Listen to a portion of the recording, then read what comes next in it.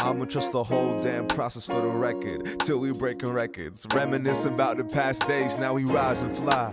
Journeys to the sky, azimuth inside my grip, always know the way now. Beauty fill my days now, take it day by day. Sound couldn't be prouder, cause you know we alive.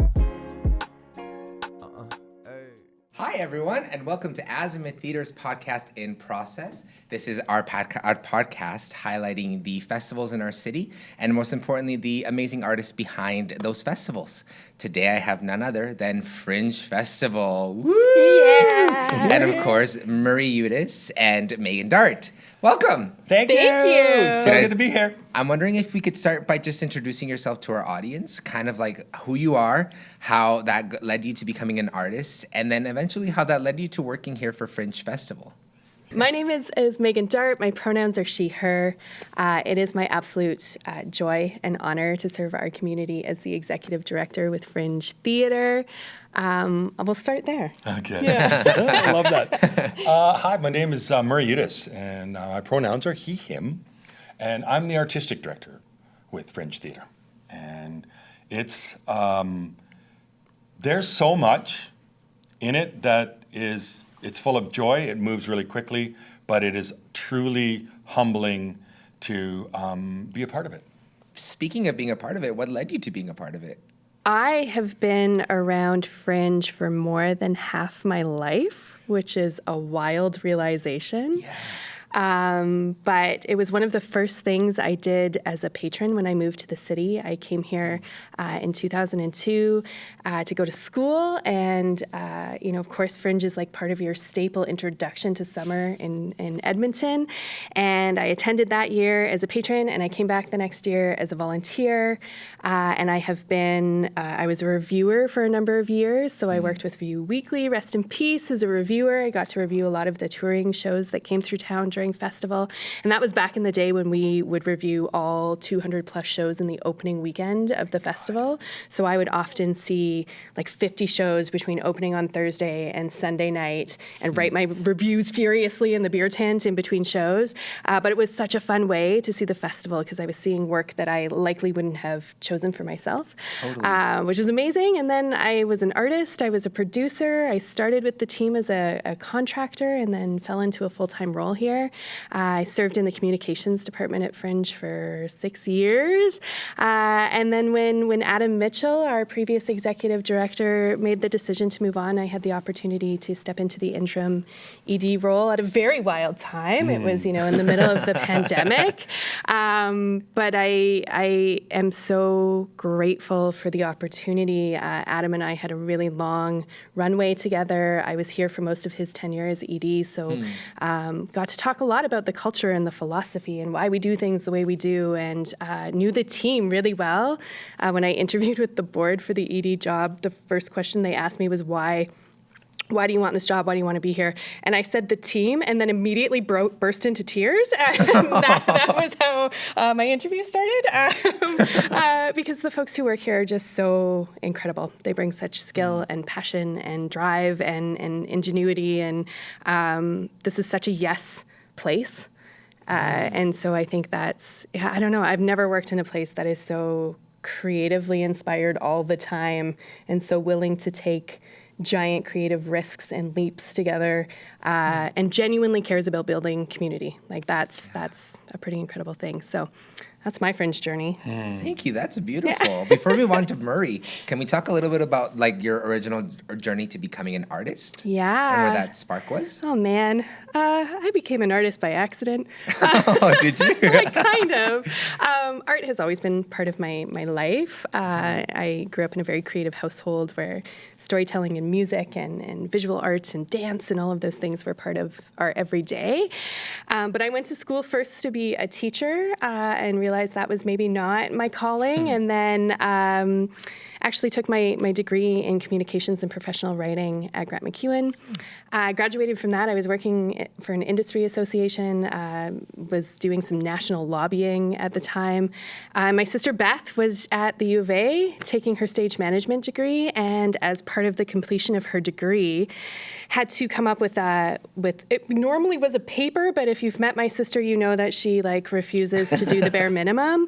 And so we pretentiously agreed that together we were going to stage what we called the Revolution. And it was this really ambitious project where I wrote a play.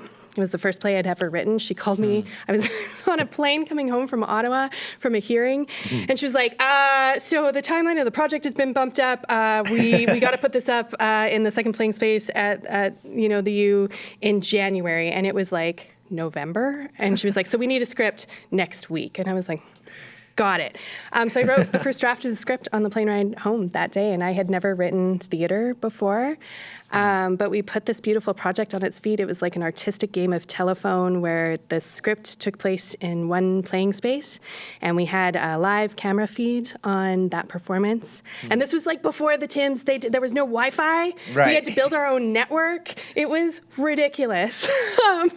We didn't know what we were doing. But that video feed went into a second playing space where we had a group of musicians who watched the visuals from the show in live time and jammed a soundtrack to the show. And then that music was pumped into a third space where we had a group of visual artists who listened to the music and painted in live time. And then the visual of that art being created went back into the theater and was projected above the actors on stage. And I remember sitting in the booth, and Beth and I were holding hands. And we were like, we don't know if this is going to work. And the camera feed started and the show started, and we were all, but it was sold out. It was one night only, standing room only in the space, and folks could sort of travel between the spaces. And it was after that we were both like, oh no, we got to do this now forever. And so that year we formed Catch the Keys. We did the very first Dead Center of Town that year. We were creating theater that we didn't have language for at the time. At that point in time, we hadn't heard the terms immersive theater or site-specific theater. No one was talking to us about sort of challenging that artist-audience relationship. And of course that work was being made elsewhere, but we just weren't, we were just babies. We were figuring it out. But yeah, that's where my artistic path started. And then I had things like Next Fest come along, and Expanse, and the Chinook series, and Skirts of Fire, and all of these other really incredible opportunities that just continue to help me hone my skills and lift me up as an artist and administrator. And it's been a really joyous journey. Sounds amazing. Thank you for sharing that. Yeah. What about you, Murray? So now, do you want me to go fringe artist? Do you want me to try to combine it all? What do you think? Whatever you'd like. You're a natural storyteller. You got to start here, because then fringe, you and fringe run into each other. Yeah, for sure. The one thing that I shared with Megan was that idea of how you kind of stumble into some things sometimes. And there was forces that were kind of thinking that maybe art wasn't the journey for me. But in 1989, as I was trying to figure out what and how and all of that was going to go on, I fell upon Edmonton, and then it was in August, and then I walked up to this wild thing that was happening, and I literally just got tractor beamed in, and I looked around, I'm like, what is this? And then I'm in a show where these two clowns come up, and they're just doing nothing but speaking gibberish, and I'm like, oh, you're amazing. Who are you? What is actually happening? I don't even know what is going on in this place. And it's I need to hang out here for a bit. And I didn't have very much time, so I think I only stayed for an evening. But I probably had to go even when I arrived, and I was like, I'm at least staying until the sun goes down. And I had just the best time. That group, by the way, it was their first time here, and that group just happened to be Mump and Smoot. No way. Yes, it was their first time in Edmonton. It's actually their first year of performing. They had almost burned down Toronto before coming over. Literally, you should ask Mike that story one time. It's hilarious. But they came here, and it was so amazing. They were in a van, backed in the backstage parking lot. They were parked there, putting on their makeup, sleeping in the van, all sweaty and stuff. And Judy Lawrence, who was the festival director at the time, comes running by, and there was this big lineup outside of what is now the Old Strathcona Performing Arts Center, at the time Cosmopolitan Music Society. And they jump into the van like, hey, what is this? And she looks at me and goes, that's your lineup for your show. They're like, what? How do they even know who we are? And I'm actually going to it too. And they're like, oh, okay. And that was it. They had no expectation of that there was going to be people. Yeah. And that sort of moment of it being like special was one of the defining moments that turned the corner for me. And then I performed for the first time after I graduated theater school. I came back to Edmonton. I'm not from here. I came back to Edmonton in '94, and I performed at the Walterdale in a show. Oh my gosh. What was that show called? The Narrows. Got it. And it was like, it was a triptonic thing there. I was in one of the episodes of Dale's Garage. So I was in a set of coveralls, and I played this mechanic, small town mechanic. And it was like a fun little journey that Chauncey Featherstone had sort of written and being a part of it. But also, you know, when you're an actor, you gotta, what do you do for a living? I was working for Laidlaw at the time, who had the contract for the porta potties here. And so not only was I in a show where I wore coveralls, I was also the human that was dropping off all the porta potties here. And I remember coming out as a worker, putting it in there, and two humans had come up to me and said, oh my gosh, you were in that show. And I just kind of covered up the Laidlaw part of my coveralls. And it was like, so that journey then led to '99 to pulling me here. And then once I arrived here in '99 and Edmonton just kept me, I started to go through a journey. But each one of those years, I made sure I cleared a schedule to be a part of the Edmonton Fringe Festival, because there's just nothing as special as that ability to be unencumbered, you know? And I picked this way. Not a financial model, everybody. Don't do it my way. I went, what's the weirdest thing I could be in, right? Who are the humans that I can work with, and how am I going to do it? So I would entertain the most bizarre scripts and be like, yes, let's do it. And it always had its same formula. The first two shows be kind of light in some ways, and then all of a sudden the buzz would get around about, there's this weird show you got to go see, everybody. And then we'd start filling up by the end. But it was just, I never looked at Fringe from a monetary perspective. I always thought of it as community. I thought of it as a place just to celebrate. That interaction between, and it's instantaneous between an artist and the audience, that's, I think, what makes Fringe special. It's so immediate, and everybody feels it. They feel that energy. You get in it, and you just go. So yeah, that's Fringe for me. Then the journey of getting to be, I never was going to be someone who was a part of I was an actor. Then I became a director. Now you want me to run a company? What? No, I don't want to do that. All right, well, I'll do it until you find somebody you want. And then what? They're shutting down a dance program? I don't know. Let's create a movement arts festival then. Let's do that. Next Fest, what the heck do you want? Right? And then Fringe came knocking. And I just kept saying yes. I had a great piece of advice from a mentor that said this to me. He said, don't be 40, Murray, and chasing gigs. And you're young, you're like, whatever. You get in your mid-30s, you're like, oh, I think I'm starting to see what you mean. So, yeah, that's how I got here. That's beautiful. I love this idea that Edmonton just kind of was like, here, you belong here. Just chill. Oh, it did it to both of us. Yeah. Like, I came here not expecting to stay. And then I spent summers here, and I was like, whoa, what? This doesn't exist anywhere else. And then you fall in love with the community, and then you meet incredible people, and then you realize that there's such a hotbed of creative activity here, and you can't imagine doing what you do anywhere else. It is, I don't know, it is a tractor beam. It is. It is 100% a tractor beam. And I have to say, as the artist, I got a gig. I gigged for probably, I'm a very blessed human being. As an actor, I chased gigs. I chased them very differently, though. I wasn't much of the A-house actor in that scenario. I ended up getting more remote locations and really meeting wonderful communities and doing really great work. But it wasn't so much in the what people would like, look at and say, "Ooh, that everybody recognizes that theater or recognizes, that company." Yeah. But I would get a gig here once a year, right? Workshop West Playwrights Theater or something like that. I'd come into town. And this is not a lie. This is the absolute truth. I would be walking in Gazebo Park, McIntyre Park, and this hippie would appear on the other side in his sarong and his sandals, and then we'd be looking at each other. And then he'd stop, we'd talk to each other, and I would say to him, you know, you're the first human that I see every time I come to Edmonton. I don't know what that's about. And he's like, well, so what are you doing? Right? And then we'd go our own way. Another year go by, come back, boom, same thing. Third time through, as we were walking away from each other, he stopped and he turned around and he said, hey, how come you don't live here? I'm like, I don't know, I don't live anywhere. And he's like, yeah, you should move here.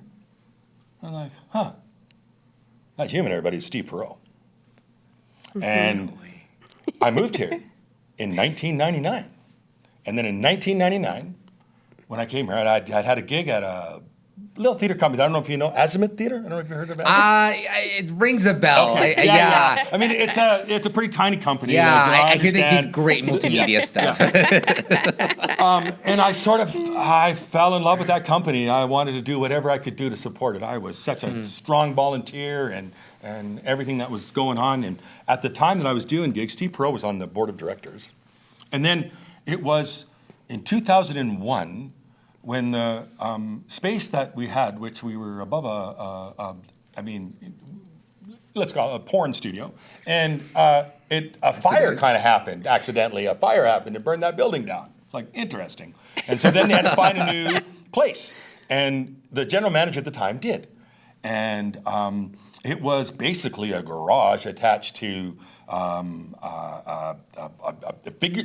They made clothes for professional figure skating and amateur figure skating clubs, right? That's what their job. Blue Sky, that's what it was called, Blue Sky Printing. And they just had this garage space, right? The story is that the owner made it for his son, who was kind of ran around a little bit, and he thought he just needed, here, I'll give you something to be able to do. And then the son took off to Europe, and he's like, okay, now I got to rent it out. So when I went in, I was like, oh, this is going to become a theater. Holy crow, this is great. At the time, I was just an actor. And then the GM at the time, Andy Laskuski, my main mentor, said to me, he said, hey, I want you to book the tour for this show that we're going to go on. I'm like, what? He said, I want you to book the tour. I'm like, okay. So my day started at 8 a.m. And he was like, I want you calling schools. I'm like, yeah, I shouldn't be calling schools until after 9. They got to have a coffee, let the kids get in, all that stuff, let the students get in. And he's like, no, you'll be here. I'm like, okay. From 8:15 to 9, I drank coffee, everybody. Because then after 9, I'd call people because then they were ready to talk to me. Right. And so I ended up booking this, right? And then he said to me, he goes, you know what else you're going to do? You're going to be the road manager when you go on the road. Huh. And then I, of course, asked that question, am I going to get any more money for all these roles? And he's like, no, you're not. But maybe a little bit. We'll talk. One day, as his crew started to come in, he had a bunch of friends that were really incredible carpenters. And they came in, and I was helping Clint one day, and Andy came in and he looked at me and goes, how do you know how to do that? I said, do what? He goes, you look like you're pretty handy. I'm like, yeah, one of my first gigs was building houses, and said I roofed, and he goes, okay, you're gonna book the shows from this time to this time, and then you get your coveralls, go in there and start building the space. And in the winter of '02, we opened up the Living Room Playhouse. And it was so amazing to be a little bit of the staff now and in this incredible space that when I looked at it, I went, oh, this is for the artists because anyone could afford it. It's like, it's going to be that. But y'all, it was 14 by 20. Mm-hmm. 9.5 foot ceiling. You could see the sparkle in the technician's eyes when they're in the booth. It was like intimate as intimate can be. Yeah, if you sat in the back row, which was what, 2, maybe 3 deep? Third row. If you were on the right side, you got the third row. You were like everybody else got 2. 5, 7, you were absolutely hitting your head on the grid. Like it was just, you were taking out a light on your way down. Yeah, you betcha. Like, and the inspiration too was like Steve Perot going to Montreal to Mainline Theatre, which is actually the home for the Montreal Fringe, and fell in love with that space and kind of came back with the idea of like, we've got a living room playhouse, you know? As life would go, from that moment, I've got this background where I almost became a chartered accountant of all things. Talk about a Selena, do you real... have the timeline? I was going to say, that's a bit of a... Okay, hold on. I just need to interject for a sec because we joke often around Fringe that somewhere in the building is a pegboard with like the red string, the way that detectives do, where we are trying to put Murray's timeline together because there are a lot of left turns that, and he'll surprise us every so often. Like we know, yeah, he was an accountant and he built houses, and then every so often he'll be like, and then that one time I was driving truck for whatever, and you're like, when did that happen? I think that's my famous, the thing I love the most about hanging out with Megan. We have been friends for such a lovely long time. Yeah, we have. But there are times that I'll tell a story and I never even heard that. What's happening? Yeah, and so again, it's like Mrs. Red. I need to go find Mrs. Red. She was the teacher that changed my whole trajectory in life. When I was young and I was always in trouble, always getting taken to the principal's office because I would act out. But all I sensed was everybody else's boredom. Right. Right? I'd be like, let me entertain you all a little bit. Perform. Right? Come on, let's go. And she one day said, all right, Mary, let's go. And I'm like, oh, I'm in trouble again. And took me into the gymnasium and walked me up onto a stage and said to me, do you know what this is? I'm like, is it stage? Now, you know what happens here? I'm like, plays. Yeah. And you know how you're always in trouble? I'm like, She's like, not only would you not be in trouble, people would encourage it. What, are you tricking me? And from that moment, that's what I wanted to do. But when I graduated, my parents had, rest both their spirits, and they're amazing human beings, but they're both Depression era. This road that I was about to undertake was just too much for them to think that, oh, you're gonna do this. And they're like, no, you gotta find something else. And my accounting teacher in high school came and said, Murray, you have a gift for numbers. You should go be an accountant. I'm like, what? He goes, no, you don't understand. Go be a chartered accountant. Then you just like get a big office, you'll make 6 figures, and all you gotta do, like sign checks at the end of the month.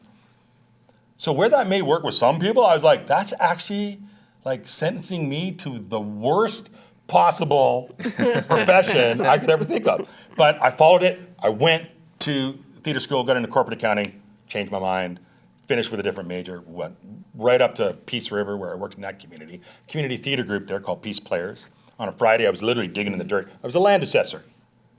Yep, add that to the list. Right? That wasn't in the list already. Yeah, you got to change majors, right? But I wasn't going to get the business degree. And I mean, we still got a point about why are you saying all this, Murray?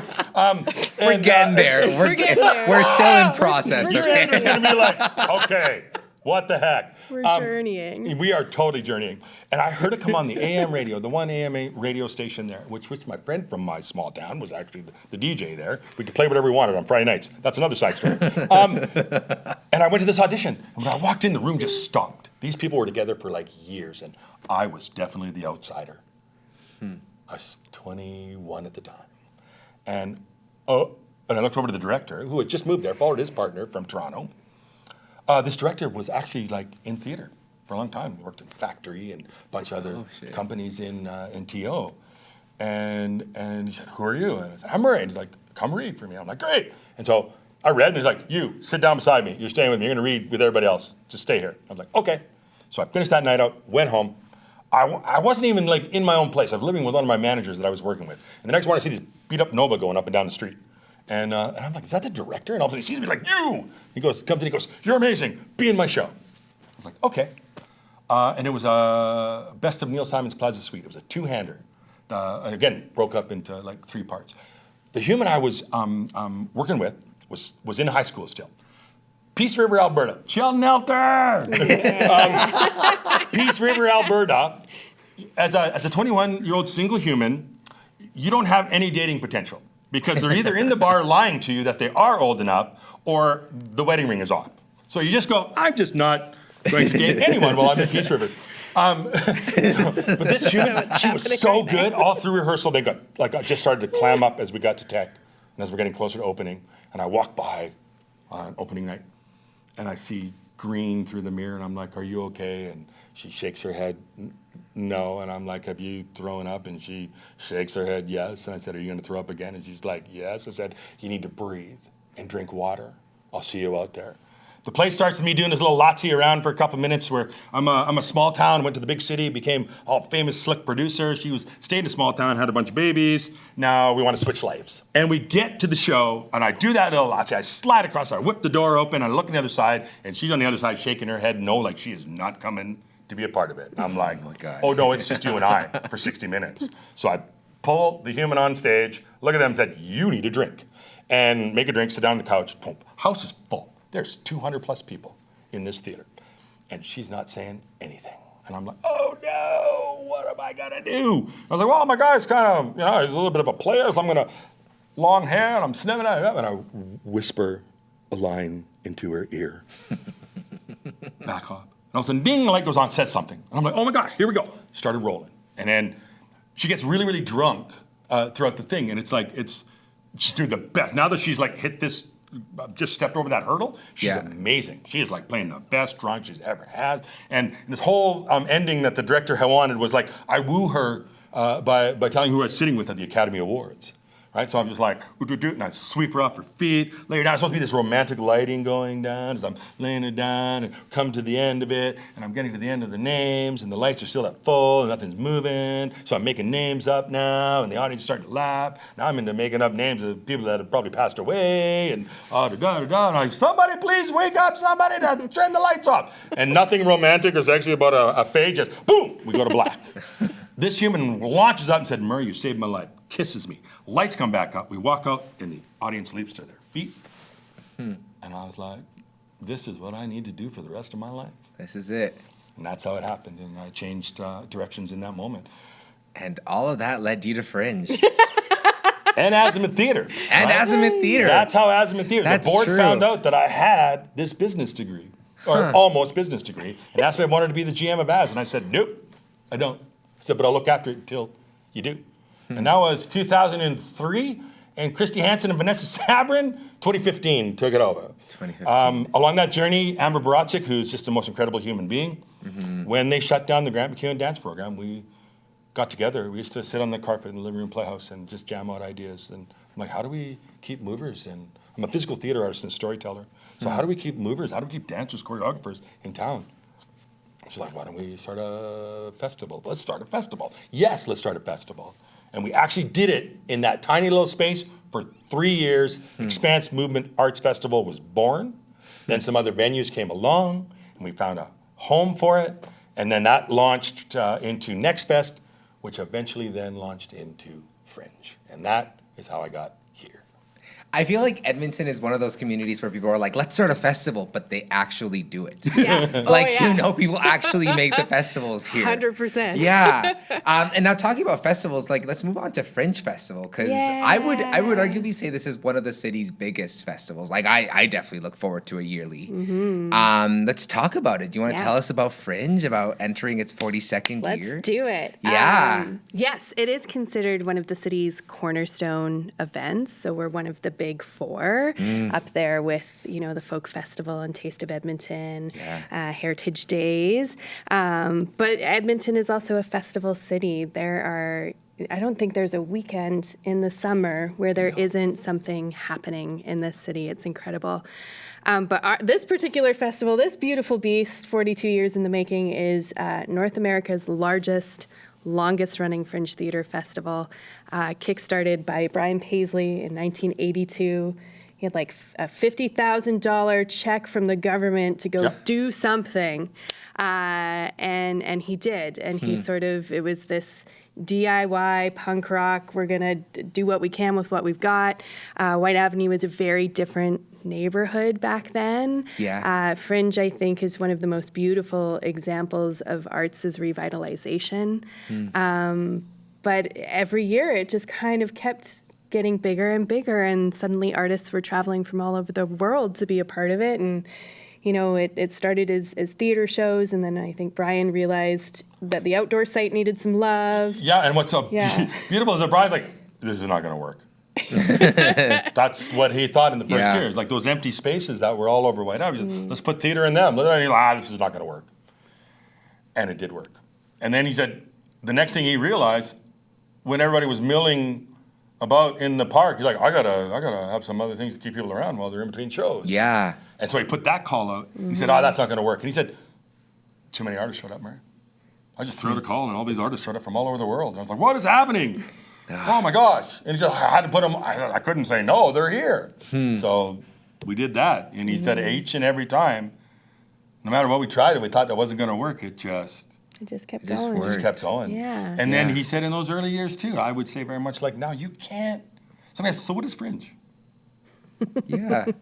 It's is Fringe? such a hard thing to actually define what it is, even though it is a theater festival.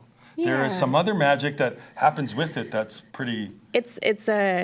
I like to describe it as a creative collision between artists and audiences. It is the most immediate way as an artist to reach an audience because you are sharing stories in small, intimate spaces. You're drinking together in the beer garden. You are passing each other on the site. You are having meaningful conversation. We have patrons who travel to this festival from all over the world to support the artists who come here, who have followed their entire careers, and who are deeply invested. Our audiences take risks with our artists. It is so exciting to see artists be able to experiment here. We take a lot of pride as an organization of being people's firsts. You know, it's often a first production, a first performance, a first opportunity for a lot of our audience members, the first time they're seeing theater. And there's just so much joy in that first and being able to sort of like cultivate that connection. But it's a hard thing. We joke often that, like, you know, when people are like, give me the elevator pitch of what Fringe is, and we're like, so it's a freight elevator, and you're going to take it up to the 32nd floor 7 times, and then by the time we get back, you might know what Fringe really means.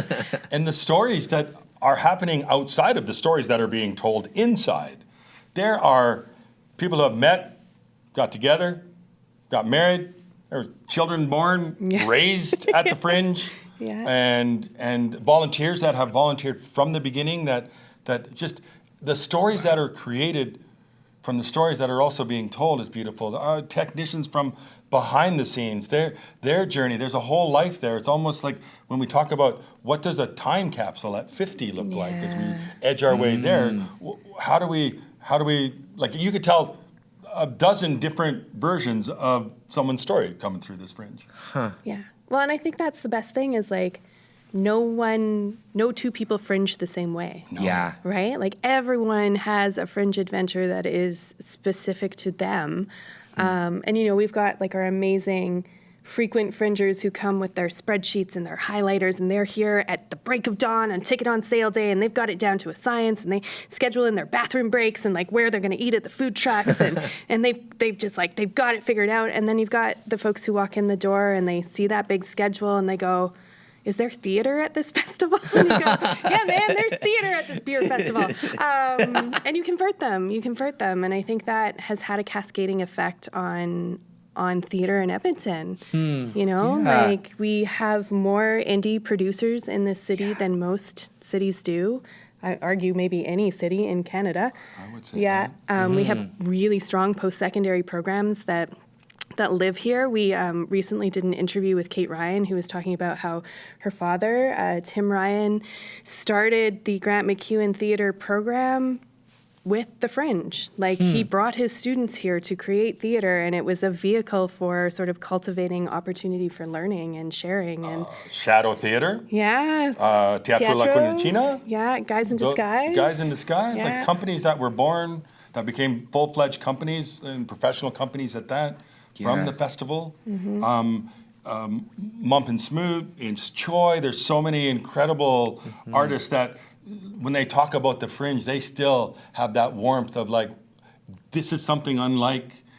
We got to, like, Kim's Convenience, shop Kim's Convenience all over the place. And Norm was picking that up. He said, well, okay, what am I going to do then? And I guess I'll just do it at the Fringe. Yeah. And then it just turned into something completely wild, and what a ride. Yeah. You And that's know? what's so great as an artist. Like, Fringe really facilitates, like, a way to, like, like, stories that excite you.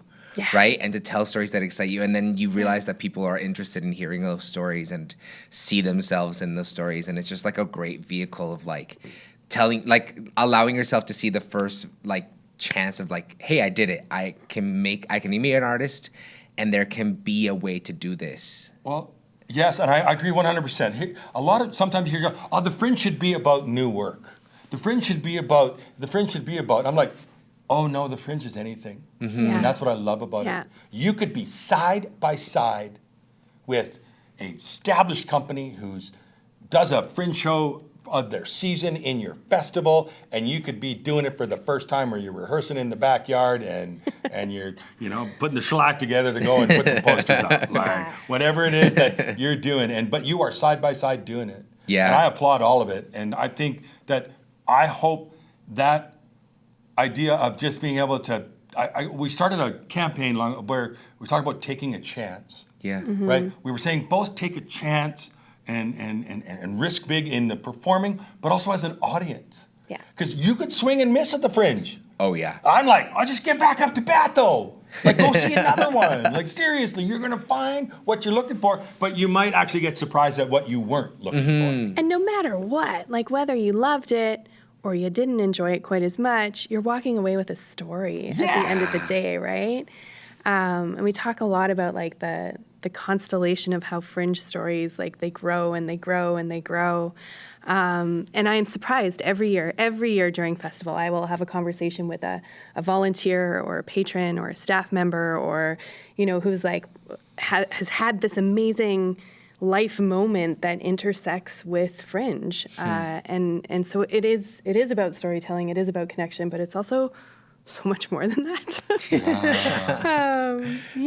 And what a beautiful thing it is to be part of that legacy, right? Like it's, we dream a lot about, like we're planting seeds now for things that we aren't going to see in our lifetime. Yeah. And that's pretty incredible. I know Brian recently was awarded a Doctor of Letters from the U of A, so he was honored for his work as a cultural leader here in Edmonton.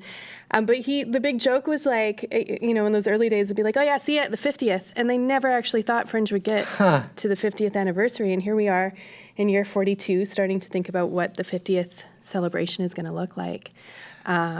So it is we stand on the shoulders of giants. Yes. There are so many dedicated volunteers and artists and staff and technicians and, you name it, who have helped make this and who come back every year. What's interesting, too, about if you think of the Edmonton community, there are people that, that they live here and they love this place, and they may not have come to the Fringe, but they know what the Fringe is, right? Yeah. Oh, you know what? I've heard of the Fringe. I've been traveling the world. And sometimes you say Edmonton, and honestly, they go, oh, the Fringe. Yeah, we heard about the Fringe. And you're like, really? Wow. No. And it's like, are you an artist? No. No. Just, I don't know where I heard it. And I would say that sort of is kind of how it is when you're at it, too, in some ways, right? Like how it was, well, I don't even know how to explain how it was. It was just, it was great. Yeah. Well, and that's the best way of that's how I love to enjoy Fringe, where you just show up, you'll catch like one show, and then you'll be like, I'll hang out at the beer gardens, and somebody inevitably will pass by and go, do you want to watch a show? Yeah. And then you're just like, why not? I think very much like our Sterling's Awards. Sometimes at the Fringe, you get to see people you haven't seen all year. Yeah. A friend of yours, whether you've been gigging out of town or you've been doing whatever, it's like coming to the Fringe. Many times when I was gigging, I'd come off a plane, wouldn't even unpack my bag. I just walk on the Fringe. I'm not doing the show, but I'm like, I bet you're going to run into some people I know. And you would. You would. So speaking about shows, it sounds like there's a lot of stuff to catch in the festival. Can you tell us about I know. How much time do you have? Not 37 rides up the elevator, but just in general, for somebody who's looking to catch it maybe for the first time, what would you tell them to do, or what is here for them, waiting for them? Oh man. There are some essential needs. One is a festival program guide. Absolutely. It is a document that contains, if you want to go, it'll show you what you need to do. But also get here. You can't, how sometimes you're looking online, hey, what's going on? No, come get caught up in all of it. Come get a festival guide, go to one of our tents, have a beverage, start to look through it. And then you also want to look around for people that are like, oh, they look like they know what they're doing. Oh, they look like they know how to Fringe. go to those that are in lineups and talk to them, and then all of a sudden, next thing you know, it's 5 days later, and you're still at Fringe. And find out in your heart, what do you like, right? Do you want to go by genre?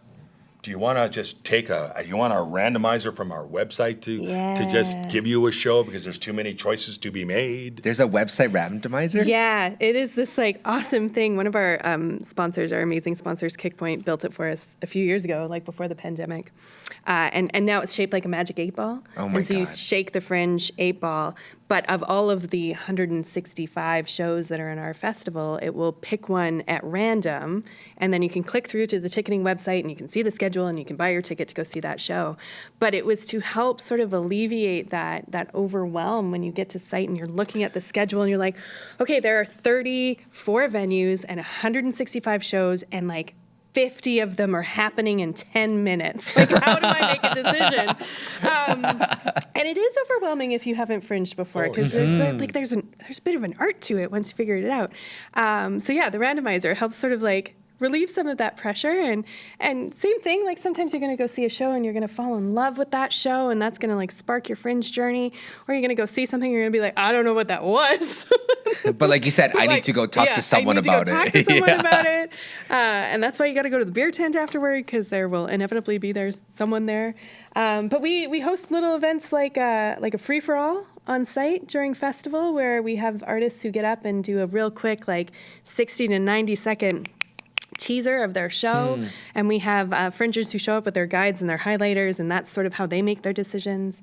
We have folks who do it by parts of the city. So like I know there are fringers who will go to the French Quarter and see all the shows in the French Quarter.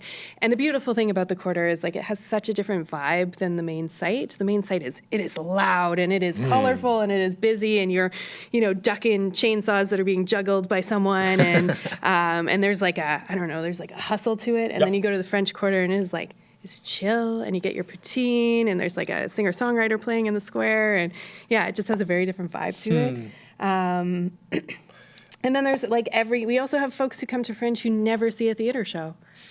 And they come and they eat green onion cakes and they drink beer, and they will watch the outdoor performers and take in the music series. And so the outdoor performances that happen at our festival are really world-renowned, incredible artists come to perform for us.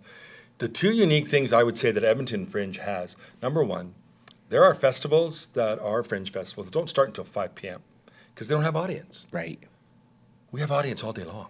And that's why we attract some of the world's best street performers, because there's audience all day long.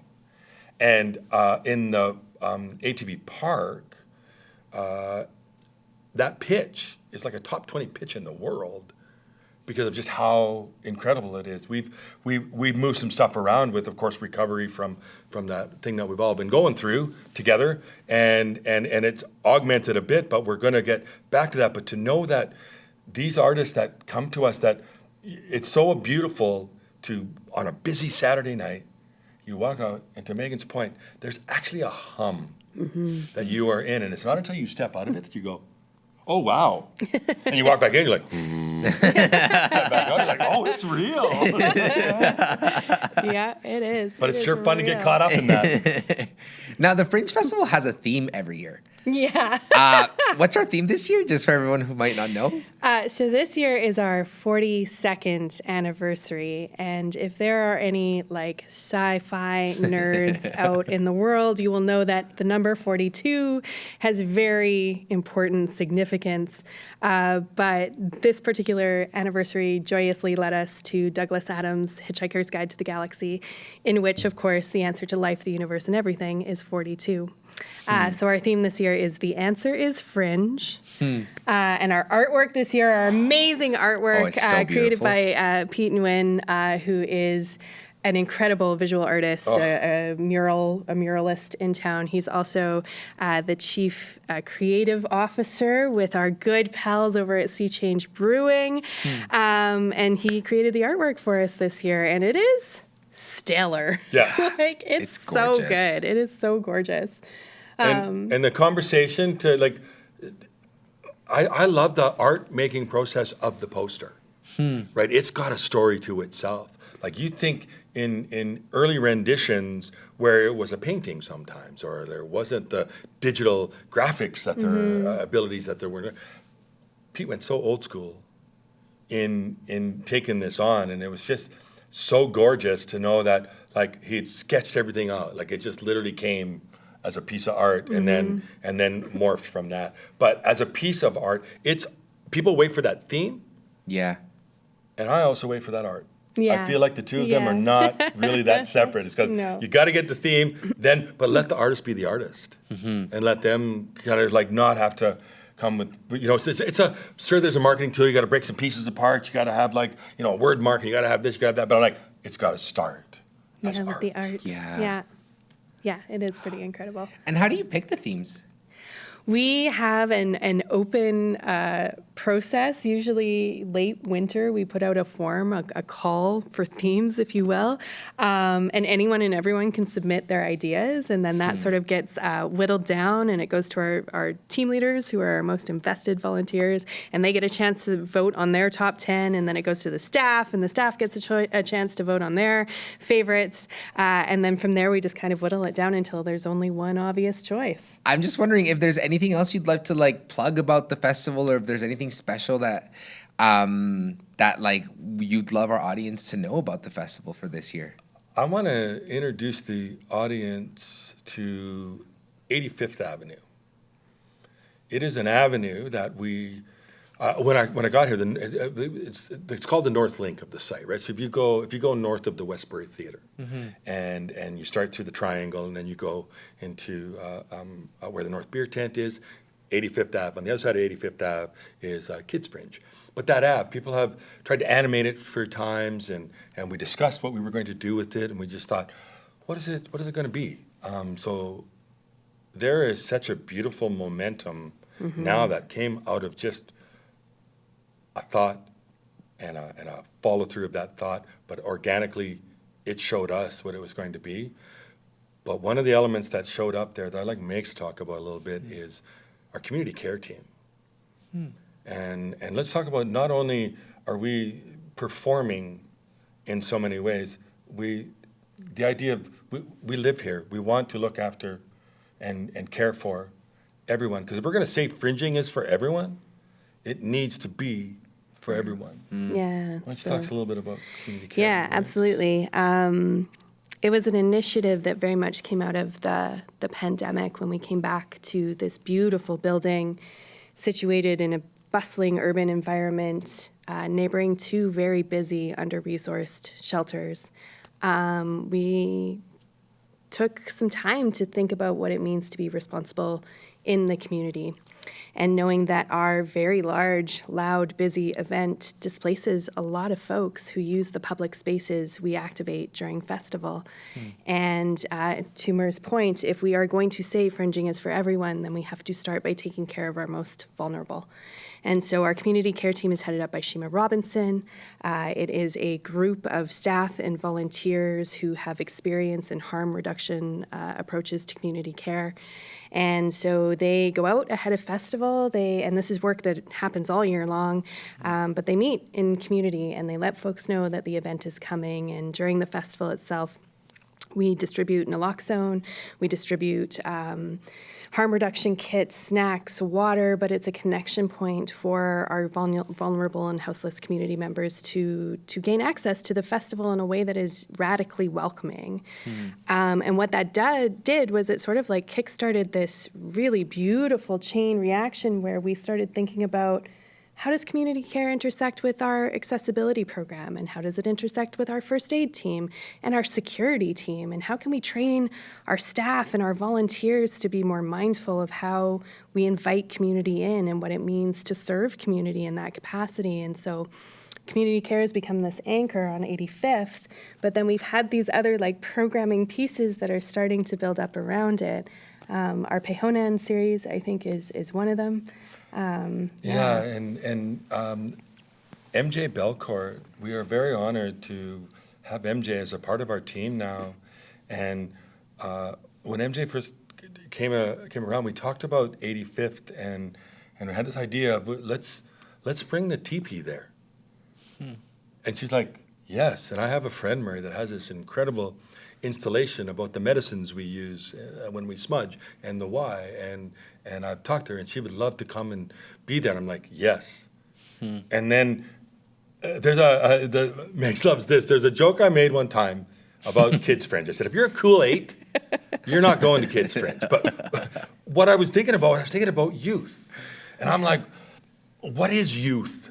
Right? And if anybody wants to try to define that by years. But I went, what is that? That's something we identified as kind of like, it was a gap. Yeah, we need in to our like programming, a gap in our audience was sort of that like 8 to 17, 18, somewhere in there. We're not going to put a cap on it, but there was sort of this moat of activity in the festival culture that we were like, oh, we gotta fix that. So we thought, let's try something. I don't know. Let's think about it as the youth empowerment program, and what does that look like? And then I went, okay, you know what we're not going to do? We are not going to leave behind an organization. There are a lot of human beings that have eyes on our festival, and I think it's a social responsibility that we carry.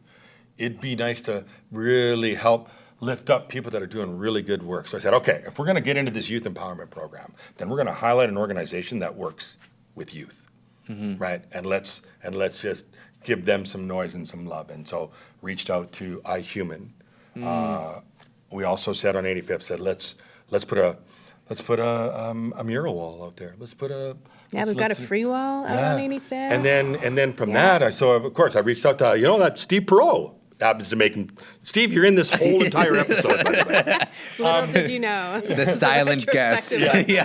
We got to yell loud, though, because he's up in Dawson City right now. We probably lost him to the Yukon. Yeah. But I said, look, what if we did this and Megan can just make beautiful things happen and get funders to give us money. And so we got this grant, and I said, what if we did it this way? And Steve's like, yes. And so the youth started to come around. And then, so from what was the free wall to all of a sudden a DJ showed up, and then some NC started to show up, then a cypher started happening, but it was being led by them. And this energy just started, and it just picked up, and it kept going. And to the point where we would show up, and they were already set up. They were already underway. They were just doing it. They felt that in their heart. We got to the end of the festival that year, and I went into Megan's office and said, Megan, I got a wild idea about holdover. The most magical thing I see happening this year is happening out at 85th Ave. What if we just did like an all-star? Because also, a human was in here with a poetry jam in this theater that we're in right in this moment. So I went, what if we? And so then I went to Steve. And Steve looked at me and goes, I've been trying to go on vacation all summer, Murray. Why do you keep doing this? How dare you? Right? How dare you, sir? He came to me afterwards, and he said, you don't have any idea, y'all, what you've done for them. I said, we didn't do anything. We just made room. That's what we're supposed to. He goes, no. He said, I have to work really hard to get them to be around. He thought, they're just coming around and asking me where I was. Texting me, where are you? We got a thing to do. We got a show. Let's go. So to know that happened, and then with some change, we just went, we can't stop this now. We have to make that happen again. Yeah. So from that also is the youth empowerment program. Kijo is leading what we've named the youth troop, which had a history with us before, but is kind of coming back, where we're taking 5 humans that are going to come and take part in the festival. It's a paid internship. Cool. Right? It's nothing for free, right? We put that call out this year. We haven't even really talked about this program. It's so tiny. It's so new. Yeah. Oh my gosh. 120 applications for 5 spots. Tell me that Fringe Summer Camp is not born already. So I was like, Max, I think we're going to need some more grants. All I do is write grants. So that 8-5 crew is happening, y'all. Come check it out. There's 6 nights that they're going to come from 7 p.m. to sundown. And if you want to come immerse yourself in something and come around, or you need to get out of the hustle and come on over to 85th. Meet the 8-5 crew. And then on your way back, stop at the park, because the divine Lindsay Walker has curated our music series, and that takes to the stage at 9 and 10 o'clock on the weekends. And it is such a beautiful way to end the evening. And then if you don't want it to end, what else can you do? Late night cabaret. Late night Sit down. You don't have to go home. You can stay. You can stay. You can stay all day. You can be here the whole 11 whole days. time.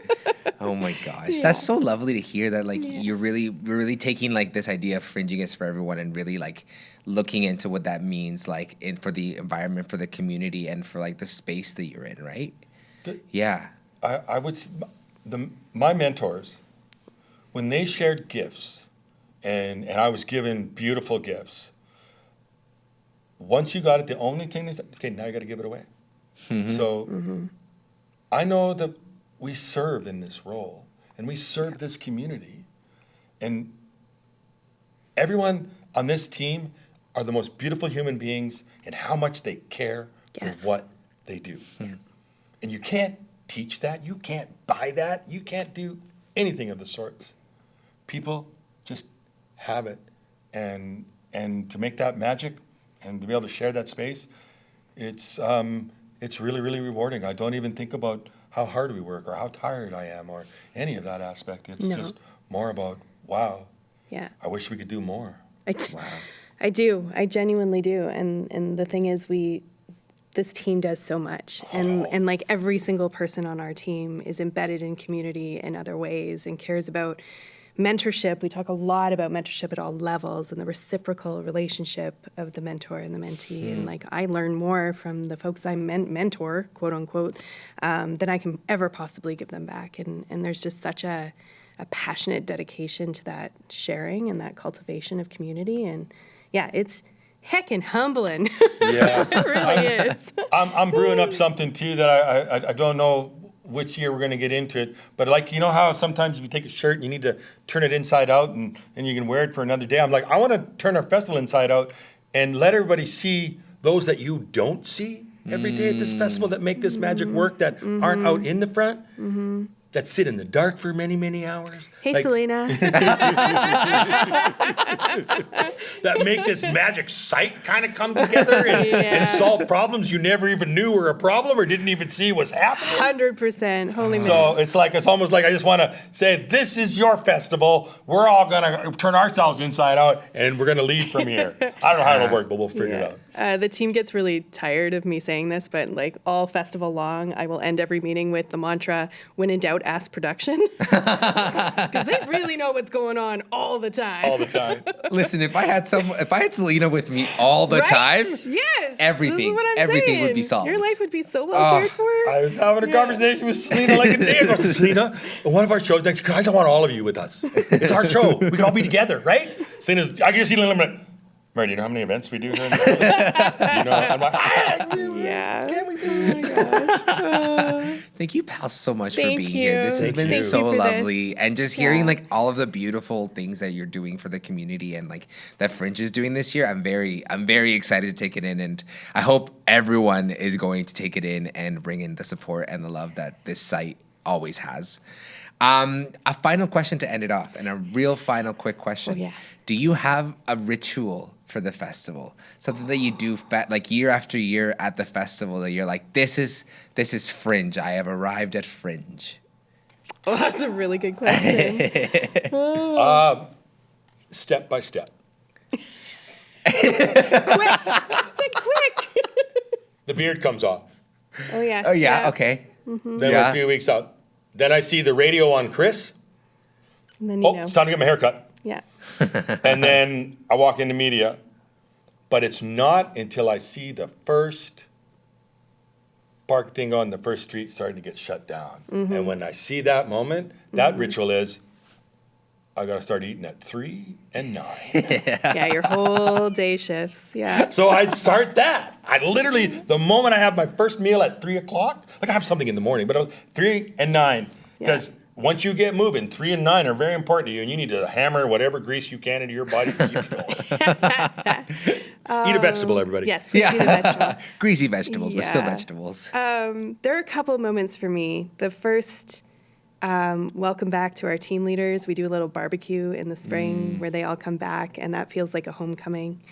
The first day that we have all of our volunteers in the building and the energy of that the first day the technicians show up, when like all of our venue techs are here and you go, oh no, it's happening for real. Because you know when the techs show up that the artists are going to be taken care of, the patrons are going to be taken care of, shows are going to start happening.